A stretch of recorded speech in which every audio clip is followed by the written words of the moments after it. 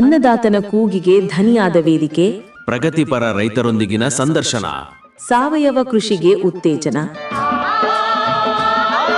ಬಿತ್ತನೆ ಬೀಜ, ರಸಗೊಬ್ಬರ, ಮಿಶ್ರ ಬೆಳೆ, ವಾರ್ಷಿಕ ಬೆಳೆ, ನೀರಾವರಿ ಪದ್ಧತಿ, ಬೆಳೆ ರೋಗ ನಿಯಂತ್ರಣದ ಬಗ್ಗೆ ಮಾಹಿತಿ, ಕೃಷಿ, ರೇಷ್ಮೆ ಹಾಗೂ ತೋಟಗಾರಿಕೆ ಇಲಾಖೆಯಿಂದ ಸಿಗುವ ಸೇವಾ ಸೌಲಭ್ಯಗಳ ಕುರಿತ ಸರಣಿ ಕಾರ್ಯಕ್ರಮ. ತಪ್ಪದೆ ಕೇಳಿ ರೈತ ಧ್ವನಿ, ನಿಮ್ಮ ನೆಚ್ಚಿನ ಜನಧ್ವನಿಯಲ್ಲಿ. ಪ್ರೀತಿಯ ಕೇಳುಗರಿಗೆಲ್ಲ ನಮಸ್ಕಾರ. ನೀವು ಕೇಳ್ತಾ ಇದ್ದೀರಾ ಜನಧ್ವನಿ ರೇಡಿಯೋ. ಇದು 90.8 ಕಂಪನಾಂಕದಲ್ಲಿ ಸರಗೂರಿನಿಂದ ಪ್ರಸಾರವಾಗುತ್ತಿರುವ ಮೈಸೂರಿನ ಮೊಟ್ಟ ಮೊದಲ ಸಮುದಾಯ ರೇಡಿಯೋ.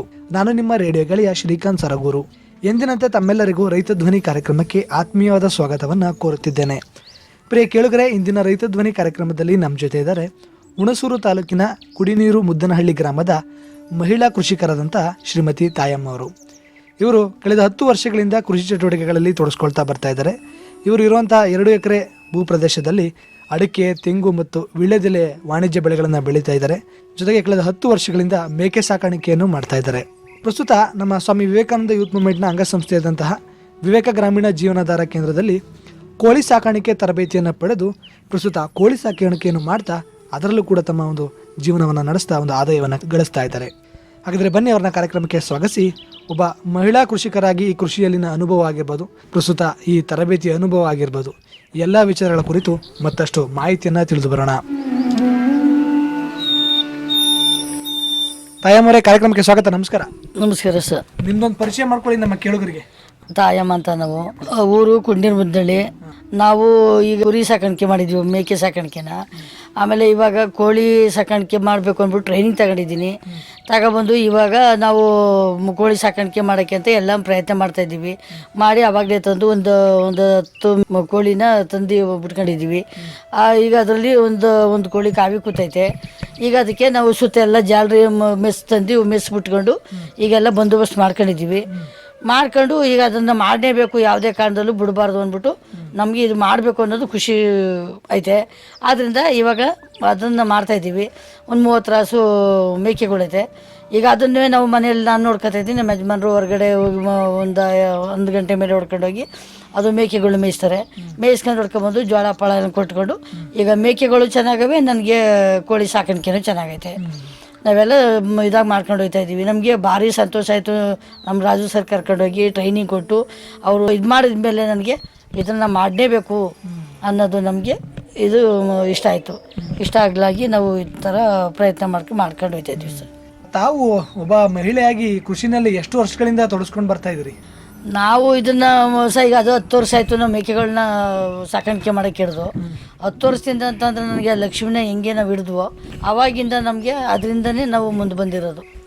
ಮುಂದೆ ಬಂದು ನಾವು ಇನ್ನೇನಕ್ಕೆ ಅದಕ್ಕೂ ನಾವು ಕೂಲಿಗೆ ಹೋದಾರಲ್ಲ, ಒಂದು ಕಂಬಳಕ್ಕೆ ಹೋದಾರಲ್ಲ, ಎಲ್ಲೂ ಹೋದಾರಲ್ಲ. ನಾವು ಬರೀ ಮೇಕೆಗಳು. ನಾವು ಎಷ್ಟು ಕಷ್ಟದಲ್ಲಿ ಅಂದರೆ ಮೇಕೆಗಳನ್ನ ನಾವು ಕರೆಕ್ಟಾಗಿ ಇಟ್ಕೊಂಡು ಅದನ್ನು ಅನುಕೂಲವಾಗಂಥ ಜಾಗ ಅಂತ ಇಕ್ಕಿಕಟ್ಟಲ್ಲೇ ಅಷ್ಟು ಇಕ್ಕಟ್ಟು ಜಾಗದ ನಮಗೆ ಪರ ಬಯಲು ಅಗಲಾಗಿರಲಿಲ್ಲ ಅಂತ ಇಕ್ಕಟ್ಟಲ್ಲೆಲ್ಲ ಮೇಕೆಗಳನ್ನ ನಂಬಿ ನಾವು ಇಲ್ಲಿ ಗಂಟೆ ಮಾಡ್ಕೊಬಂದು ಒಂದು ಬ್ಯಾಚಲ್ಲಿ ಮಾತ್ರ ನಮಗೆ ಅನುಭವ ಗೊತ್ತಾಗಲಿಲ್ಲ. ಅದಕ್ಕೆ ಮೆಡಿಸಿನ್ ಏನು ಹಾಕಬೇಕು, ಎಂತ ಹಾಕಬೇಕು ಅಂತ ಗೊತ್ತಾಗಲಿಲ್ಲ ನಮಗೆ. ಆವಾಗ ಏನು ಮಾಡಿದ್ರು, ಇಂಥ ಕೊರೆ ಟೈಮಲ್ಲಿ ಸ್ವಲ್ಪ ಅವಕ್ಕೆ ಒಂಥರ ಬಾಯಿ ಜ್ವರ ಬರ್ತದೆ ನೋಡಿ, ಬಾಯಿ ಜ್ವರ, ಆಮೇಲೆ ಕೆಂಬಲು ಈ ಥರ ಎಲ್ಲ ಬಂದ್ಬಿಟ್ಟು ಬಾಯಲ್ಲೆಲ್ಲ ಹುಣ್ಣಾಗ್ಬಿಟ್ಟು ಮೇವು ಬಿಟ್ಬಿಟ್ಟು ಅವಕ್ಕೆ ಕಾಯಿಲೆ ಸ್ಟಾರ್ಟ್ ಆಗೋಗ್ಬಿಟ್ಟು 1.5 ಲಕ್ಷ ರೂಪಾಯಿ ನಾಡು ಒಂದೇ ಸಲ ಇದಾಗೋದು. ಆವಾಗ ಡಾಕ್ಟ್ರ್ ಕರ್ಕೊಂಬಂದು ಇಂಜೆಕ್ಷನ್ಗೆ ಅಂತ ಅದಕ್ಕೆ ಕೊಟ್ಟಿಗೆ ಎಲ್ಲ ಒಂಥರ ಖಾರ ಎದ್ದುಬಿಟ್ಟಿತ್ತು ಇಲ್ಲಿ ಮಾಡಿದ್ಮೇಲೆ. ಆವಾಗೇನಾಗೋಯ್ತು, ಕೊಟ್ಟಿಗೆ ಇಲ್ಲಿ ಈ ಥರ ಮಾಡಿದ್ರಿ, ಗಾಳಿಯ ಬೈಲ ಅದರಿಂದ ಈ ಥರ ಆಗೋಯ್ತು ಅಂತ ಹೇಳ್ಬಿಟ್ಟು ಆಗ ಡಾಕ್ಟ್ರ್ ಕರ್ಕೊಂಬಂದು ಇಂಜೆಕ್ಷನ್ ಹಾಕ್ಸಿದ್ಕೆ ಅವರು ಬರೀ ನಿಂತ ಜಾಗದಲ್ಲೇ ಹಿಂಗೆ ಇಂಜೆಕ್ಷನ್ ಯಾವತ್ತು ಹಿಂದ್ಗಡೆ ತೊಡೆಗೆ ಹೊಡೆದ್ಬಿಟ್ರು. ತೊಡೆಗೆ ಹೊಡೆದ ತಕ್ಷಣ ಎಲ್ಲ ತೀರ ನಿಂತೋದಾಗ ಒಂದು 8,000 7,000 9,000 ರೂಪಾಯಿಗೆ ಹೋಗುವಂಥವೆಲ್ಲನೂ ಬರೀ ನಾವು 2,000 3,000 ಇಷ್ಟಿಷ್ಟಕ್ಕೆ ಟೆಂಪೋದವ್ರು ಕೊಟ್ಬಿಟ್ಟು ಒಂದು 20-25,000 ರೂಪಾಯಿಂದ ಒಂದು ದೊಡ್ಡ ವಾತ ಇತ್ತು. ಆ ದೊಡ್ಡ ವಾತ ಆಟಕ್ಕೆ ಹಾಕಿದ್ರು ಆಟೋದಿಂದ ನೆಗೆದು ಬಂದ್ಬಿಡ್ತು ಅಂಥ ಕಾಯಿಲೆ ಇಲ್ವೇ. ಅಂಥದ್ದನ್ನು ಸುಧಾ ಕೊಡಬೇಕಾದ್ರೂ ಹೊಸಿ ಹೊಟ್ಟೆ ಇರಲಿಲ್ಲ ನಮಗೆ. ಆವಾಗ ಅದನ್ನ ಎಷ್ಟು ಕೊಟ್ಟಿರೋದು ಹೇಳಿ ಬರೀ 7,000 ರೂಪಾಯಿ. ಆವಾಗಿಂದ ಈಚೆಗೆ ನಾವು ಮೆಡಿಸನ್ನ ಪಕ್ಕ ನೋಡ್ಕೊಂಡೆ. ನಾನು ಪಕ್ಕ ಮೆಡಿಸನ್ನ ಈ ಮೊಬೈಲ್ ಬಂದಮೇಲೆ ಮೆಡಿಸನ್ ನೋಡ್ಕೊಂಡು ಆವಾಗ ಹೋಗಿ ನಾವು ಮೆಡಿಸನ್ ಕೊಡ್ತಾರಲ್ಲ ಹುಣಸೂರಲ್ಲಿ, ಅಲ್ಲೋಗಿ ಅಂಗಡೀಲಿ ಕೇಳಿ ಅಲ್ಲಿ ಗೌರ್ಮೆಂಟ್ ಹಾಸ್ಪಿಟ್ಲ್ ಐತೆ ಹುಣಸೂರಲ್ಲೇ, ಅಲ್ಲಿ ಹೋಗಿ ಕೇಳೋದಕ್ಕೆ ಅವ್ರು ಏನು ಹೇಳಿದ್ರು, ಅವಾಗ ಈ ಥರ ಹಿಂಗೆ ಆಗೈತೆ ಅಂತ. ಅಮ್ಮ ಪಾಪ ಇಷ್ಟು ಕಷ್ಟ ನೀನು ನೋಡಿದ್ರೆ ನನಗೆ ಹೊಟ್ಟೆ ಉರಿತಾರಮ್ಮ, ಇಷ್ಟೆಲ್ಲ ಕಷ್ಟಪಟ್ಟಿದ್ದೀಯ ಅಂತೀಯ, ಈ ಥರ ಮರಿನ ಕಳ್ಕೊಬಿಟ್ಟು ಬಂದಿನಮ್ಮ, ಫೋಟೋ ಹೊಡೆದು ಪಂಚಾಯತಿ ಕೊಡುವಮ್ಮ ನೀನು, ನಿನಗೆ ಅದರಿಂದ ನಿನಗೆ ಇದು ಬತ್ತಿತ್ತಲ್ಲ, ಏಕಮ್ಮ ಈ ಥರ ಮಾಡ್ಕೊಂಡೆ ಅಂತ ಹೇಳ್ಬಿಟ್ಟು ಅವರು ಪರಿಹಾರ ಬತ್ತಿತ್ತಲ್ಲ ಅಂತೇಳಿ ಆವಾಗ ಏನು ಮಾಡಿದ್ರು. ಆವಾಗ ಸರಿ ಅಂದ್ಬಿಟ್ಟು ಈ ಥರ ಆಗೋಯ್ತು, ಏನು ಮಾಡೋದು ಅದಕ್ಕೆ ನಾವು ಕೊಟ್ಟ ಔಷಧಿ ನಾವು ಹೆಂಗೆ ಕೊಟ್ಟಿರ್ತೀವಿ ಅದೇ ಥರ ಮಾಡ್ಕೊ, ನಿನಗೆ ಗೊತ್ತಾಗಲಿಲ್ಲ ಅಂತ ಅಂದರೆ ನಮಗೆ ಮೊಬೈಲಲ್ಲಿ ಯಾರ ಕೈಲಾರು ಮೊಬೈಲಲ್ಲಿ ನಮಗೆ ವಾಟ್ಸಪ್ ಮಾಡಿಸು, ಇದು ಔಷಧಿ ಯಾವ ಟೈಮ್ಗೆ ಹಾಕ್ಬೇಕು ಅಂತ ನಾವು ತೋರಿಸ್ಕೊಡ್ತೀವಿ, ಆ ರೀತಿ ಮಾಡ್ಕೊಂಬ ನಿನಗೆ ಅಂತ ಇವತ್ತಿಗೂ ನಮಗೆ ಅದೇ ತಿಳುವಳಿಕೆ ಕೊಟ್ಟವ್ರೆ.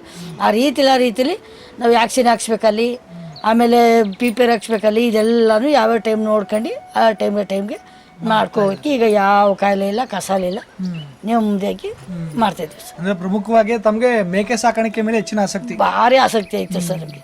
ಅದು ಮಾತ್ರ ಭಾರಿ ಖುಷಿ ತಾವು 2 ಎಕರೆ ಜಮೀನನ್ನ ಹೊಂದಿದ್ದೀರಾ. ಆ 2 ಎಕರೆ ಜಮೀನಲ್ಲಿ ಅಡಕೆ, ತೆಂಗು, ವೀಳ್ಯದೆಲೆ ವೀಳ್ಯದೆಲೆ ಇಲ್ಲ ಆ 2 ಎಕರೆನ ಯಾವ ರೀತಿ ಭಾಗ ಮಾಡ್ಕೊಂಡು ಈ 3 ಬೆಳೆ ಬೆಳೀತಾ ಇದ್ದೀರಾ? ಇಲ್ಲ, ಅದು 3 ಬೆಳೆ ಅಂದರೆ ಮೊದಲದು ಹಳೆ ತೋಟ 1 ಎಕರೆ, ತಿರ್ಗಾ ಇವಾಗ ಹೊಸ್ದಾಗಿ ಹಾಕಿದ್ವಿ, ಈಗೆಲ್ಲ ಒಂಬಳೆ ಟೈಮ್ ಸ್ಟಾರ್ಟ್ ಆಗಿದೆ. ಅಡಿಕೆದು ತೆಂಗು ಹಳೆ ತೆಂಗು ಒಂದು ಅರ್ಧ ಐತೆ, ಅದೊಂದು 30-40 ಮರ ಐತೆ, ತಿರ್ಗಾ ಈಗ ಒಂದು 50 ಮರ ಎಲ್ಲ ಹೊಸ್ದಾಗಿ ಈಗ ಹೂವೇ ಎಲ್ಲ ಒಂಬಳೆ ದಾಟೋ ಟೈಮ್ ಸ್ಟಾರ್ಟ್ ಆಗಿದೆ ಅದು. ಅಷ್ಟೆಲ್ಲ ಮಾಡ್ಕೊಂಡು ಹೋಗ್ತಾ ಇದ್ದೀವಿ ಸರ್ ನಾವು. ಮಾತ್ರ ಮನೆ ಹತ್ರ ನಮಗೆ ಇಲ್ಲಿ ಮನೆ ಹತ್ರ ಇರುವಂಥ ಅನುಕೂಲ ನನಗೆ ಜಮೀನಲ್ಲಿಲ್ಲ.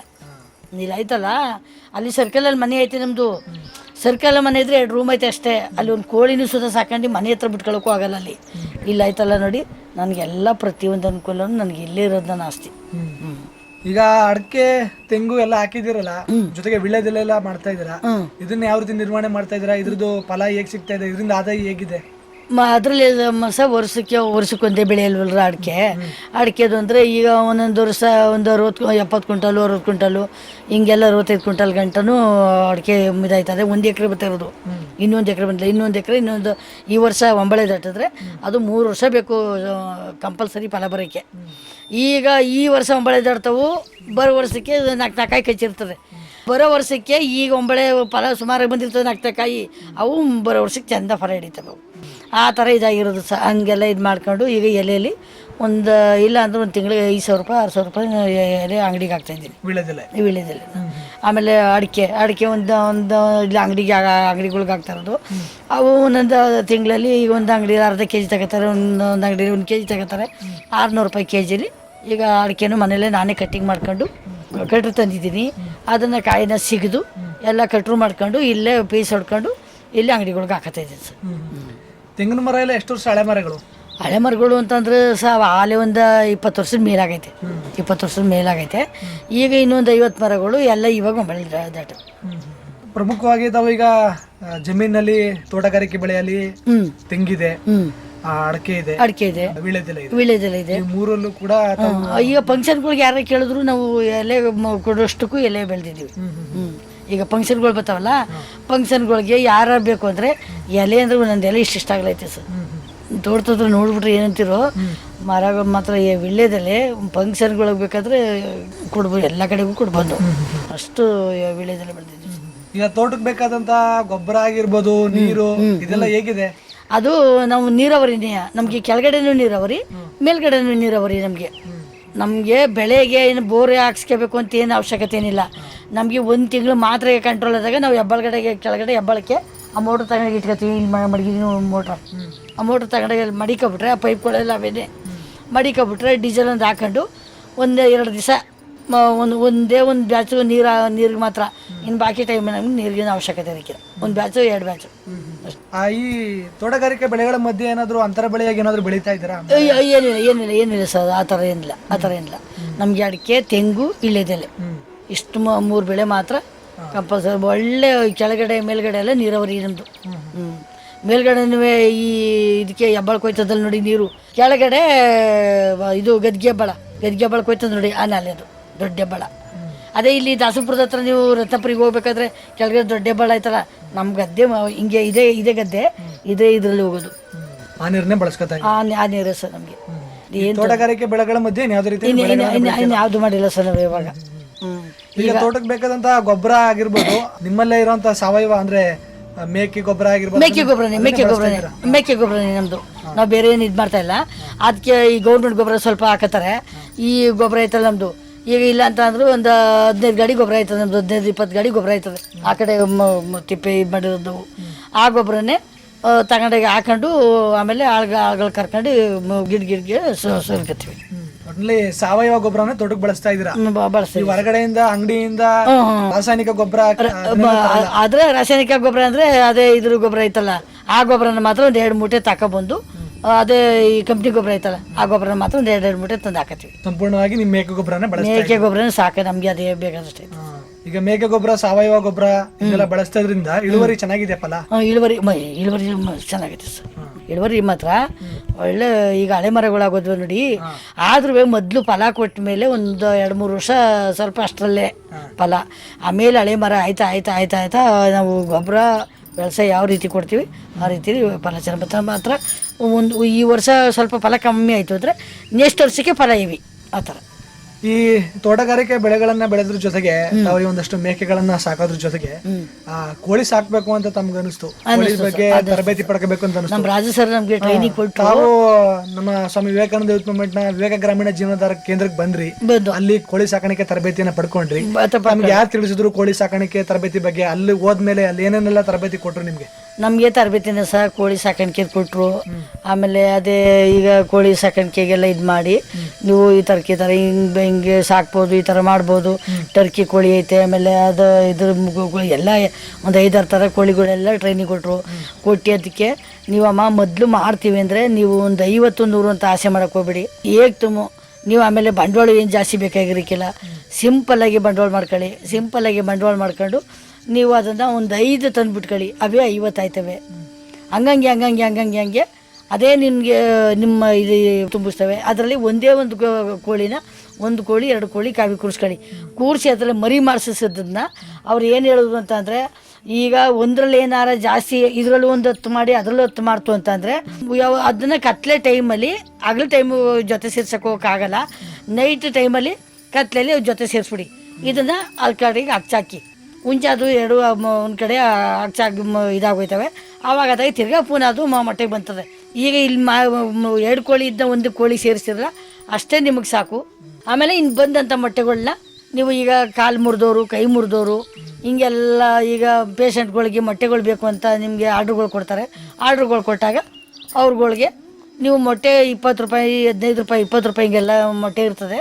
ಈ ಥರ ಎಲ್ಲ ಮಾಡ್ಕೊಬೋದು ಅಂತ ನಮಗೆಲ್ಲ ಮಾಹಿತಿ ಕೊಟ್ಟರು ಸರ್.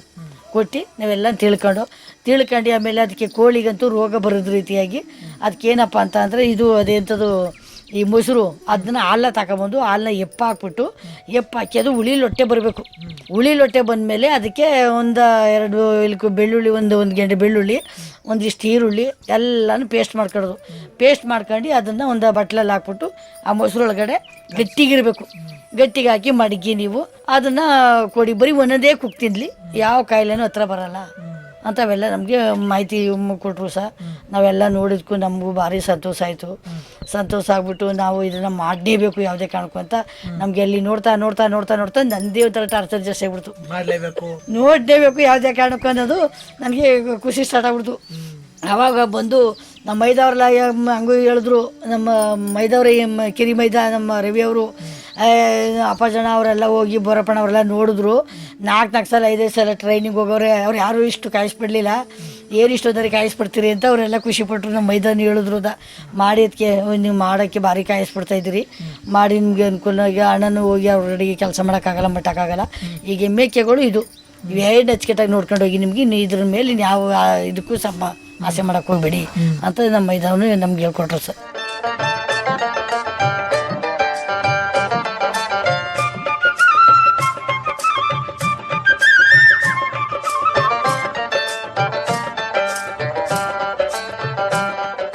ಎಷ್ಟು ದಿನ ತರಬೇತಿ ಪಡ್ಕೊಂಡ್ರಿ ಕೆಂಚನಹಳ್ಳಿಗೆ ಅಂತಂದ್ರೆ ಕೆಂಚನಹಳ್ಳಿ ಇರೋದಾಗ ಒಂದೇ ದಿನ. ಇಲ್ಲಿ ಮಾತ್ರ 4 ದಿವಸ ಮಾಡಿದವರು. ಇಲ್ಲೇ ಟ್ರೈನಿಂಗ್ ಕೊಟ್ಟರು. ಇಲ್ಲಿ ರಾಮಂಜಗದಲ್ಲಿ ಇಲ್ಲಿ ಟ್ರೈನಿಂಗ್ ಮಾಡ್ಕೊಂಡು ಆಮೇಲೆ ನಮ್ಮನ್ನ ಕೆಂಚನಹಳ್ಳಿಗೆ ಎಲ್ಲೆಲ್ಲಿ ಈ ಕೋಳಿ ಸಾಕಾಣಿಕೆ ಎಲ್ಲಿ ಇದು ಮಾಡವ್ರೆ ಅದೆಲ್ಲ ನಮ್ಮ ಸರ್ ಕರ್ಕೊಂಡು, ನಮ್ಮ ರಾಜು ಸರ್ ಎಲ್ಲ ಕಡೆನೂ ಮಾಹಿತಿ ತೋರಿಸ್ಕೊಂಡು ಕರ್ಕೊಂಡು ಸಾಯಂಕಾಲ 7 ಗಂಟೆಗೆ ತಂದು ಮನೆಗೆ ಬಿಟ್ರು. ಅದು ಒಂದು ದಿನದ ಮಟ್ಟಿಗೆ ಕೆಂಚನಹಳ್ಳಿಲಿ ತಾವು ತರಬೇತಿ ಪಡ್ಕೊಂಡ್ರಿ. ಅದಕ್ಕಿಂತ ಮುಂಚೆ 4-5 ದಿನ ಎಲ್ಲ ಇಲ್ಲಿ ನಮ್ಮೂರಲ್ಲೇ ಮಾಡೋದು. ನಿಮ್ಮೂರಲ್ಲೇ ನಮ್ಮೂರಲ್ಲೇ ಮಾಡಿ 2 ದಿನಗಳ ಕಾಲ ತಮ್ಮೂರಲ್ಲೇ ಟ್ರೈನಿಂಗ್, ಟ್ರೈನಿಂಗ್ 3ನೇ ದಿನ ಕೆಂಚನಹಳ್ಳಿ ಕರ್ಕೊಂಡೋಗಿ ಅಲ್ಲಿ ನಮಗೆ ಸಂಪೂರ್ಣವಾಗಿ ಮಾಹಿತಿ ಕೊಟ್ಟರು. ಈ ತರಬೇತಿ ಪಡ್ಕೊಳ್ಳೋಕೆ ಮುಂಚೆ ಕೋಳಿ ಸಾಕಾಣಿಕೆ ಬಗ್ಗೆ ಗೊತ್ತಿತ್ತು ನಿಮ್ಗೆ? ಇರ್ಲಿಲ್ಲ ಸರ್. ನಮ್ಗೆ ಇದನ್ನ ಯಾವ ರೀತಿ ಸಾಕ್ಬೇಕು, ಇಲ್ಲಿ ಆಗಲ್ಲ ಅವೆಲ್ಲವ. ಸುಮ್ಮನೆ ಇವೆಲ್ಲ ನಾವು ಇಲ್ಲಿ ಮಾಡ್ಕೊಂಡು ಅತ್ತಗಿತ್ತಾಗೆಲ್ಲ ಹೊಂಟೋಯ್ತೋ ಮಾಡ್ತೇವೆ ಅನ್ನೋದು ಒಂಥರ ಗಾಬರಿ ಜಾಸ್ತಿ ಆಗಿತ್ತು. ಆಮೇಲೆ ಅಲ್ಲೆಲ್ಲ ಹೋಗಿ ನೋಡಿದ್ಮೇಲೆ ನಾವು ಹಿಂಗೆ ನಮ್ಮ ಅನುಕೂಲ ಹೆಂಗಾಯ್ತಲ್ಲ, ನಮಗೆ ಹೊರ್ಗಡೆಯಿಂದ ಯಾವ ಕಡೆಗೂ ನಾಯಿ ಕೋಳಿ ಕೊಕ್ಕ ಯಾವುದು ಒಂದು ಏನೇ ಆದ್ರೂ ನಾವು ಒಳಗಡೆ ಬರೋಂಥ ಸಂದರ್ಭ ಇಲ್ವಲ್ಲ. ಒಂದು ಪೆಟ್ಟಿಗೆ ಬಿದ್ದಂಗೆ ಐತೆ ನಮಗೆ. ಇಂಥ ಜಾಗದಲ್ಲಿ ನಾವು ಏನಕ್ಕೆ ಮಾಡಬಾರ್ದು ಅನ್ನೋದು ನನಗೆ ಮಾಹಿತಿ ಅಲ್ಲಿ ಗೊತ್ತಾದ್ಮೇಲೆ ಇದನ್ನ ಮಾಡಲೇಬೇಕು ಯಾವುದೇ ಕಾರಣಕ್ಕೂ ನಾವು ಅಂದ್ಬಿಟ್ಟು ನಮ್ಮ ಮನೆಯವ್ರಿಗೆ ಬಂದು ಇಲ್ಲಿ ನಾನು ಹೇಳ್ಬಿಟ್ಟು ಆಮೇಲೆ ಏನಾಗೋಯ್ತು, ನಮ್ಮದು ಒಂದು ಮೊಬೈಲ್ ಇತ್ತು, ಮೊಬೈಲು ಕೀಪ್ಯಾಡ್ ಇರಬೇಕಾದ್ರೆ ನಮಗೆ ಒಂದು ಏನಾರು ಮನೆ ಫೋಟೋ ಕಳಿಸಿ, ಮನೆ ಇದು GPS ಮಾಡಿದ್ದಾರೆ. GPS ಮಾಡಿರ್ಬೇಕಾದ್ರೆ ಅವ್ರು ಏನು ಹೇಳಿದ್ರು, ಫೋಟೋ ಕಳಿಸಿ ಅಮ್ಮ, ಆಮೇಲೆ ಅಲ್ಲಿ ಅವ್ರು ಕರೆದೊಡಿಸಿ ಇವ್ರು ಕರೆದೊಡಿಸಿ ಅವ್ನು ಫೋಟೋ ಕಳಿಸ್ಬೇಕು, ಆಮೇಲೆ ಇಲ್ಲಿ ಇದಕ್ಕೆ ಹೋಗ್ಬೇಕು ಅಂತ ಎಲ್ಲ ಹೇಳೋರು. ನನಗೆ ತುಂಬ ಬೇಜಾರಾಗೋದು. ಅವ್ರು ಇವ್ರನ್ನ ಕರಿಬೇಕಾದ್ರೆ ನಮ್ಮ ಟೈಮ್ಗೆ ಅವ್ರು ಬರೋಂಗಿಲ್ಲ, ನಾವು ಒಂದು ಫೋಟೋ ಕಳ್ಸೋಕ್ಕೆ ನಮಗೆ ಅವರು ಇದಾಗೋಂಗಿಲ್ಲ. ಆವಾಗ ಇದೇ ಒಂದು ಬೇಜಾರಾಗ್ಬಿಟ್ಟು ನಾನು ಏನು ಮಾಡಿದೆ, ಒಂದು ಸೆಕೆಂಡ್ ಹ್ಯಾಂಡ್ಲು ಫೋನ್ ತಗೊಂಡೆ. ಅದನ್ನು ಹೋಗ್ಬಿಟ್ಟು ಎಷ್ಟೊಂದು 3,000 ರೂಪಾಯಿಗೆ ಮೊಬೈಲ್ ತಗೊಂಡು ಅಲ್ಲೇ ಈ ಜಿಯೋ ಸಿಮ್ಮಂದು ಅದನ್ನೇ ಎಲ್ಲನೂ ಅಲ್ಲೇ ಅಪ್ಡೇಟ್ ಮಾಡಿಸಿ ಎಲ್ಲ ಮಾಹಿತಿನೇ ಹಂಗೆ ಹೇಳಿದ್ರು. ಅಮ್ಮ ಓದಿದ್ದೀರಮ್ಮ ಅಂದರು. ಇಲ್ಲ ಸರ್ ನಾವು ಓದಿಲ್ಲ, ವಿದ್ಯಾವಂತರಲ್ಲ, ನಾವು ಮೂಡ ಹತ್ತೊಂಡ್ರದೆ. ಹಂಗಂದ್ರೆ ಕೇಳಿಲ್ಲಮ್ಮ, ನೀವು ಮೂಡ ಹತ್ತೊಂಡ್ರಿ ಮತ್ತು ಹೆಂಗೆ ಗೊತ್ತಾಯ್ತದೆ ನಿಮಗೆ ಅಂತ ಅಂದರು. ಆಮೇಲೆ ನಾನು ಮೊದಲು ತಗೋಬೇಕಾದ್ರೂ ಕೀಪ್ಯಾಡ್ ತಗೋಬೇಕಾದ್ರು ನನಗೆ ಗೊತ್ತಿರಲಿಲ್ಲ. ಒಂದೊಂದು ನಮ್ಮ ಬುದ್ಧಿಶಕ್ತಿಯಿಂದ ನಾನು ಇದೆಲ್ಲ ಮಾಡ್ಕೊಂಬಂದಿರೋದು. ಇವಾಗಲೂ ಅದೇ ಅನ್ಭೋಗದಲ್ಲಿ ಮಾಡ್ಕೊತೀನಿ. ನನಗೆ ಇದೊಂದು ಫೋನ್ ಇದು ಮಾಡ್ಕೊಡಿ ಮೊದಲು 1-2 ಆಕ್ಷನ್ ತೋರಿಸ್ಕೊಡಿ ಅಂತ ಕೇಳ್ದಿದ್ದು. ಆಗ ಅವರು ಈ ಥರ ಹಿಂಗೆ ಫೋನ್ ಬಂದರೆ ಈ ಥರ ಇಲ್ಲಿ ಇದು ಓಕೆ ಕೊಡಬೇಕು, ಆಮೇಲೆ ಫೋನ್ನ ಕಟ್ ಮಾಡ್ಬೇಕಾದ್ರೆ ಈ ಥರ ಕಟ್ ಮಾಡಬೇಕು, ಆಮೇಲೆ ನೀವು ವಾಟ್ಸಪ್ ತೆಗಿಬೇಕು, ಆಮೇಲೆ ನೆಟ್ ಆನ್ ಮಾಡ್ಬೇಕಾದ್ರೆ ಈ ಥರ ಮಾಡ್ಕೋಬೇಕು ಅಂತ ಇವೆಲ್ಲನೂ ತೋರಿಸ್ಕೊಟ್ರು ಅದರಲ್ಲೇ ಚೆನ್ನಾಗಿ ಕೋಳಿ ಸಾಕಾಣಿಕೆ ಬಗ್ಗೆ. ಆವಾಗ ನೋಡೋಕ್ಕೆ ನೆಟ್ ಆನ್ ಮಾಡೋಕ್ಕೆ ಹಿಡಿದ ಮೇಲೆ ಏನಾಗೋಯ್ತು, ಇವ್ರು ನಮ್ಮ ಮನೆಯವ್ರು ಬಂದು ಅವರು ನನಗೆ ಅವ್ರಿಗೂ ಅದ್ರ ಇದರಲ್ಲಿ ಚೆನ್ನಾಗಿ ಗೊತ್ತಿರ್ತದೆ ನನಗಿಂತನೂ. ಆವಾಗ ಇವರು ಆನ್ ಮಾಡ್ಕೊಂಡು ನೋಡೋಕ್ಕಾಯ್ತಾ ಕುರಿ ಸಾಕಾಣಿಕೆ ಅದು ಒಂದು ಸಲ ನೋಡೋಕ್ಕಾದೋ ಕುರಿದು ಕೋಳಿದ ತಕೋ ಎಲ್ಲ ಕಡೆನೂ ಅದೇ ತೋರ್ಸೋಕ್ಕಾದ್ರು. ಆವಾಗ ಯಾರ್ಯಾರು ಹೆಂಗೆ ಮಾಡವ್ರೆ, ಯಾವ ರೀತಿಲಿ ಇದು ಮಾಡವ್ರೆ ಅನ್ನೋದನ್ನ ಆವಾಗ ತಿಳ್ಕೊಂಡು ಇವ್ರು ನಮ್ಮ ಮನೆಯವ್ರಿಗೆ, ನಾನು ಟ್ರೈನಿಂಗ್ ಮಾಡಿರೋಕ್ಕಿಂತ ಹೆಚ್ಚು ನಮ್ಮ ಮನೆಯವ್ರಿಗೆ ತಲೆ ಬಂದ್ಬಿಡ್ತದೆ ಯಾವ ಥರ ಮಾಡಬೇಕು ಅಂದ್ಬಿಟ್ಟು. ಈ ಮರುಗಳಿಗೆ ಜೋಳನ ನಾವು ಏನು ಮಾಡಬೇಕು ಅಂದರೆ, ಹೊರಗಡೆ ಮೇಯಿಸ್ಕೊ ಬಂದವಕ್ಕೆ ಮರುಗಳಿಗೆ ಜೋಳ ಕೊಡಬೇಕು. ಎಲ್ಲನೂ ಒಂದು ತೆಗ್ಬಿಡಕ್ಕೆ ಹೋದ್ರೆ ಒಂದ್ರ ಮೇಲೆ ಒಂದು ಎಲ್ಲದ್ರ ಒಳಗಡೆ ತುಳಿದು ಎಲ್ಲ ಇದು ಮಾಡ್ತವೆ ಅಂದ್ಬಿಟ್ಟು ಇದೇ ಒಂದು ಟೆನ್ಷನ್ ಜಾಸ್ತಿ ಹೋಯ್ತು ಅವ್ರಿಗೆ. ನಮಗೆ ಇನ್ನೊಂದು 2-3 ವರ್ಷ ಮುಂಚಿತವಾಗಿ ನಮ್ಗೆ ಇವೆಲ್ಲ ತಗೊಬಿಟ್ಟಿದ್ರೆ ನಾವು ಇನ್ನೂ ಏನೋ ಅದು ಬೇರೆ ಆಗೋದು, ನಮ್ಗೆ ಇವೆಲ್ಲ ಗೊತ್ತಾಗಲಿಲ್ಲ. ಅದು ಅವತ್ತು ರಜಸರು ಇಲ್ಲಿ ಬಂದು ನಮ್ಮ ಲೋಕಿಯವ್ರನ್ನ ಕೇಳಲಾಗಿ ಆಗ ಏನು ಸೈಜ್ ಮಾಹಿತಿ ಅಂದ್ಬಿಟ್ಟು ಅದು ನೋಡೋಣ, ಅಯ್ಯೋ ಹೆಂಗೆ ಏನೋ ಮಾಡೋಕ್ಕಾಯ್ತು ಅಂದ್ಬಿಟ್ಟು ಹಂಗೆ ಇವ್ರು ಹೋಗಿ ಅಂದೆ. ಆಮೇಲೆ ಇಲ್ಲ ನೀನೇ ಹೋಗಿ ನೋಡ್ಕವ ಅಂತ ಹೇಳಿದ್ರು. ಆಗಿದೆ ಅದೇನಾಯ್ತಾರೆ ಆಗಲಿ ಅಂದ್ಬಿಟ್ಟಿದ್ದೆ. ಅವತ್ತು 12 ಗಂಟೆ ಆದರೂ ಅಡುಗೆ ಮಾಡಿಲ್ಲ ಸರ್ ನಾನು. ಅಂಥದ್ರಲ್ಲೂ ನೋಡಬೇಕು ಅಂತಲೇ ಹೋದೆಲ್ಗೆ ಹೋಗ್ಬಿಟ್ಟು ಆಗೋ ತಲೆಗೆ ಹಿಡಿತವ್ರು ಹೇಳ್ತಾ ಆವಾಗ ಅಲ್ಲಿಂದ ಬಂದಮೇಲೆ ಈ ಮೇಕೆಗಳನ್ನ ನೋಡಿ ಇಲ್ಲಿ ಚೆನ್ನಾಗಿ ಇದು ದೋಣಿ ಮಾಡಿಸ್ಕೊಂಡು ಮಾಡಿದ್ರು ನೋಡಿ. ಈ ದೋಣಿನ ಅದು ಜೋಳಗಳು ಹಾಕಕ್ಕೆ ಆ ಬಡಿ ನೆಟ್ಟಿ ಹಿಂಗೆ ಆ ಕಡೆ ಒಂದು ಕಂಬ ಇಲ್ಲೊಂದು 3 ಇದು ನೆಟ್ಟಿ ಅದಕ್ಕೆ ಹಿಂಗೆ ಪಟ್ಟಿಗಳು ಕಟ್ಟಿ ಅದು ತಲೆ ಇದ್ರೊಳಗಡೆ ಹಾಕೊಂಡು ಮೇಯ್ಬೇಕು. ಇನ್ನು ಒಳಗಡೆ ಹೋಗಕ್ಕೂ ಆಗ್ಬಾರ್ದು, ಇದು ಮಾಡೋಕ್ಕೂ ಆಗ್ಬಾರ್ದು. ಆ ರೀತಿಲಿ ಅವ್ರು ಮಾಡಿದ್ರು, ತೋರಿಸ್ಕೊಟ್ರು, ಪಟ್ ಅಂತ ಮಾಡಿದ್ರು. ಈಗ ಬೆಳಿಗ್ಗೆ ಎದ್ದ ತಕ್ಷಣ ನಾಷ್ಟ ಕೊಡ್ತಾರೆ ನೋಡಿ, ಆ ರೀತಿಲಿ ಇಲ್ಲಿ ಇದು ನುಚ್ಚೋಡಿಸಿರೋದು ಜೋಳದ ನುಚ್ಚು. ಅದನ್ನ ತಗೊಂಡಾಗೆಲ್ಲ ಹಾಕಿದ್ರೆ ಮೇಯ್ಕಣ್ಣು ಹೋಗಲ್ಲ ಮನೆ ಕತೆ. ಹೊರಗಡೆ ಎಲ್ಲ ಮೇಯ್ಸಕ್ ಹೋಗಲ್ಲ, ಅವು ಬಿಡಲ್ಲ. ನಾವು ಹೊರಕ್ಕೆ ಬಿಡಲ್ಲ ಸ್ವಲ್ಪ ತಂದು ಕಟ್ತೀವಿ. ಇಲ್ಲಿ ಬೆಳಿಗ್ಗೆ ಸಾಯಂಕಾಲ ಜೋಳ ಕೊಡ್ತೀವಿ. ಓಕೆ, ಈ ದೊಡ್ಡವು ಮಾತ್ರ ಒಂದು ಬೀಜದ ಬಿತ್ತನೆವಾತ ಅದು ಸೇರಿಸಿ ಒಂದು 12-13 ಮಾತ್ರ ಹೊರಗಡೆ ಹೊಡ್ಕೊಯ್ತಾವ್ರೆ. ಈಗ ಅದಕ್ಕೆ ಇವರು ಅಡಿಕೆ ಪಟ್ಟೆ, ನಮ್ಮದು ತೆಂಗಿನ ಗರಿ, ಬಾಳೆ ಪಟ್ಟೆ, ಆಮೇಲೆ ಮೇವು ಇಷ್ಟುದ ಬರ್ತದೆ. ದನಿಗೆ ಕುಂತ್ಕೊಂಡು ಕೂದಾಕ್ಬೋದು, ಆ ಥರ ಎಲ್ಲ ಮೇವು ಬರ್ತದೆ. ಅದಕ್ಕೆ ಒಂದು ಮಿಷಿನ್ ತಗೊಳ್ಳೋಣ ಅಂತ ನಮ್ಮ ಸರ್ಗೆ ಹೊತ್ತು ಒಂದು ಇದು ಕೇಳಿದ್ದಾರೆ.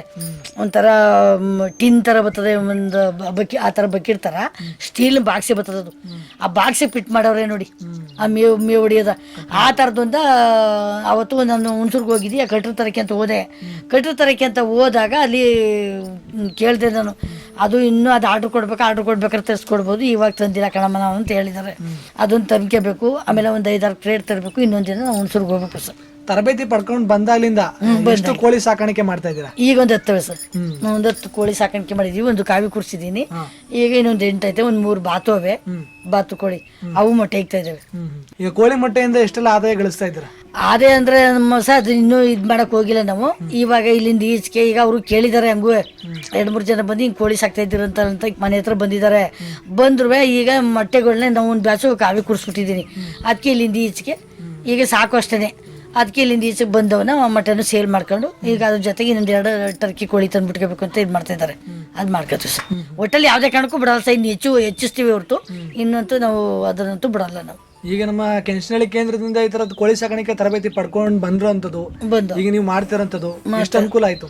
ಒಳ್ಳೆ ಅನುಕೂಲ ಸರ್. ನಮ್ಗೆ ಇದು ಗೊತ್ತಾಗ್ಲಿಲ್ಲ ಸರ್. ನಾವು ಇನ್ನೊಂದು 5-6 ವರ್ಷ ಮುಂಚಿತವಾಗಿ ನಾವು ಇದನ್ನ ನಮಗೆ ಟ್ರೈನಿಂಗ್ ತಗೊಂಡಿದ್ರೆ ಈ ಅನುಭವದಲ್ಲಿ ಸರ್ ನಾವು ಇಷ್ಟೋ ಮಾಡ್ಕೊಬರಾಯ್ತು. ನನಗೆ ಆ ಮೊಬೈಲ್ ಸಿಕ್ಕಿದೆ ಒಂಥರ ಲಕ್ಷ್ಮಿ ಸಿಕ್ತಂಗೆ ನನಗೆ. ಎಲ್ಲ ನನಗೆ ಟ್ರೈನಿಂಗಲ್ಲೂ ತಿಳ್ಕೊಂಡು ಆ ಮೊಬೈಲ್ ಬಂದ್ಮೇಲೆ ನಾನು ಟ್ರೈನಿಂಗಲ್ಲಿ ಹೋಗಿದ್ದನ್ನ ಅನುಭವ ಪಡ್ಕೋಬೇಕು ಅನ್ನೋದು ನನಗೆ ಛಲ ಬಂತು. ಮೊಬೈಲ್ ನೋಡಿಲ್ಲ ಅಂದಿದ್ರೆ ಟ್ರೈನಿಂಗ್ ಇವ್ರು ಕರೆದಿದ್ರು ನಾವು ಹೋಗಂಗಿಲ್ಲ. ಈ ಮೊಬೈಲ್ ಬಂದ್ಮೇಲೆ ಮೊಬೈಲ್ ನೋಡಿದ್ಮೇಲೆ ಇಲ್ಲಿ ಆಸಕ್ತಿ ಬಂತು. ಆಮೇಲೆ ನಮ್ಗೆ ಆಸಕ್ತಿ ಬಂದು ಆವಾಗ ತಡಿ ರಾಜು ಸರ್ ಬಂದು ಹಿಂಗೆ ಹೇಳ್ತಾ ಇದ್ರಲ್ಲ, ನಮ್ಮ ಐದವರು ಎಲ್ಲ ಹೋಗಿದ್ರಲ್ಲ, ಇದೇ ಟ್ರೈನಿಂಗ್ ಅಂತ ಇವ್ರು ಹೇಳಿದ್ರಲ್ಲ, ಇದನ್ನ ನೋಡ್ಬೇಕು ಅಂದ್ಬಿಟ್ಟು ನಮ್ಗೆ ಅವಾಗಿಂದ ಅನುಭವ ಬಂದ್ಮೇಲೆ ಇವಾಗ ಏನಿಲ್ಲ, 1 ಆಳಿಗೆ 2 ಆಳಿಗೆ ಕಂಪಲ್ಸರಿ ನಮ್ಗೆ ಪುರುಷತ್ ಇಲ್ದಂಗೆ ಕೆಲಸ.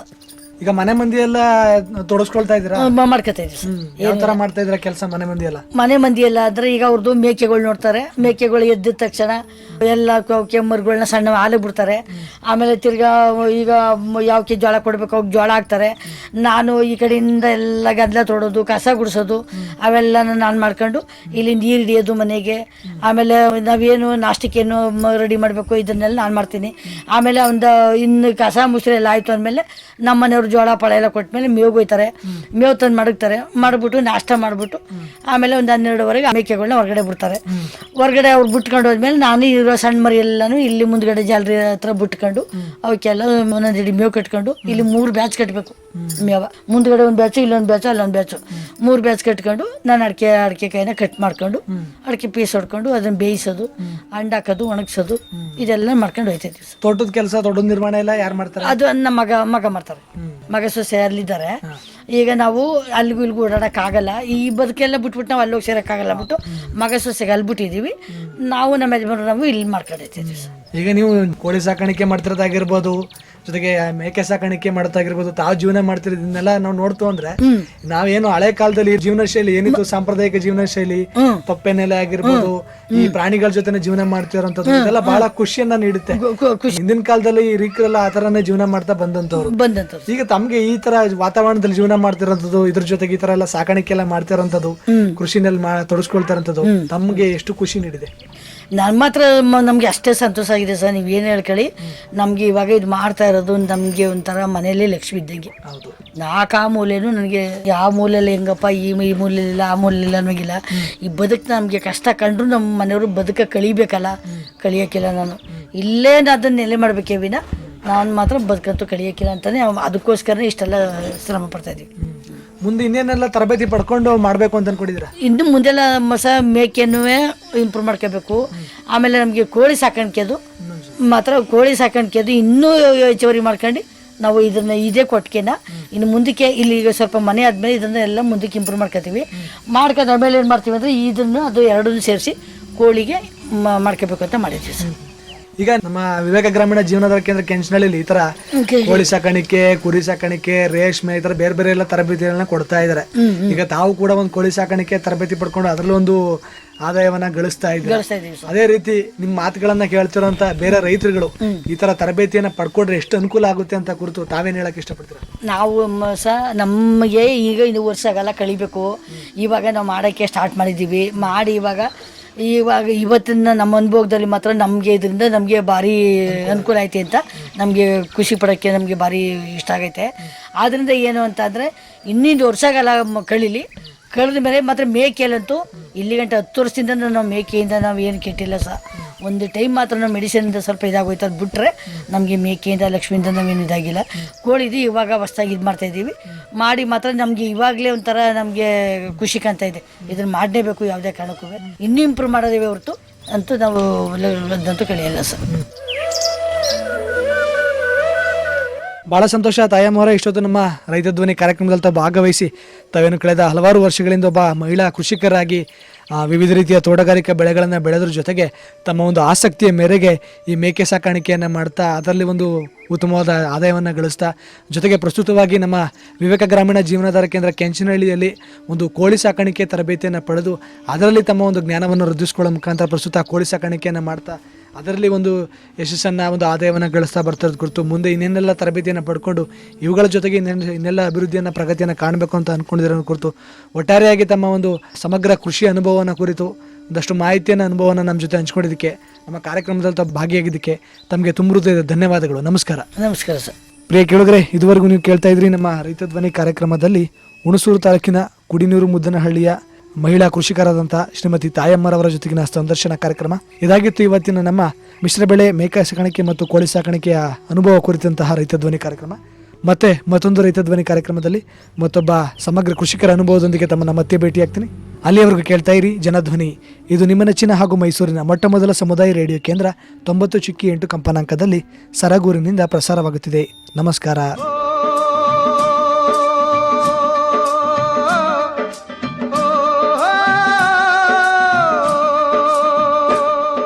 ಅನ್ನದಾತನ ಕೂಗಿಗೆ ಧನಿಯಾದ ವೇದಿಕೆ, ಪ್ರಗತಿಪರ ರೈತರೊಂದಿಗಿನ ಸಂದರ್ಶನ, ಸಾವಯವ ಕೃಷಿಗೆ ಉತ್ತೇಜನ, ಬಿತ್ತನೆ ಬೀಜ, ರಸಗೊಬ್ಬರ, ಮಿಶ್ರ ಬೆಳೆ, ವಾರ್ಷಿಕ ಬೆಳೆ, ನೀರಾವರಿ ಪದ್ಧತಿ, ಬೆಳೆ ರೋಗ ನಿಯಂತ್ರಣದ ಬಗ್ಗೆ ಮಾಹಿತಿ, ಕೃಷಿ, ರೇಷ್ಮೆ ಹಾಗೂ ತೋಟಗಾರಿಕೆ ಇಲಾಖೆಯಿಂದ ಸಿಗುವ ಸೇವಾ ಸೌಲಭ್ಯಗಳ ಕುರಿತ ಸರಣಿ ಕಾರ್ಯಕ್ರಮ. ತಪ್ಪದೆ ಕೇಳಿ ರೈತ ಧ್ವನಿ, ನಿಮ್ಮ ನೆಚ್ಚಿನ ಜನಧ್ವನಿಯಲ್ಲಿ.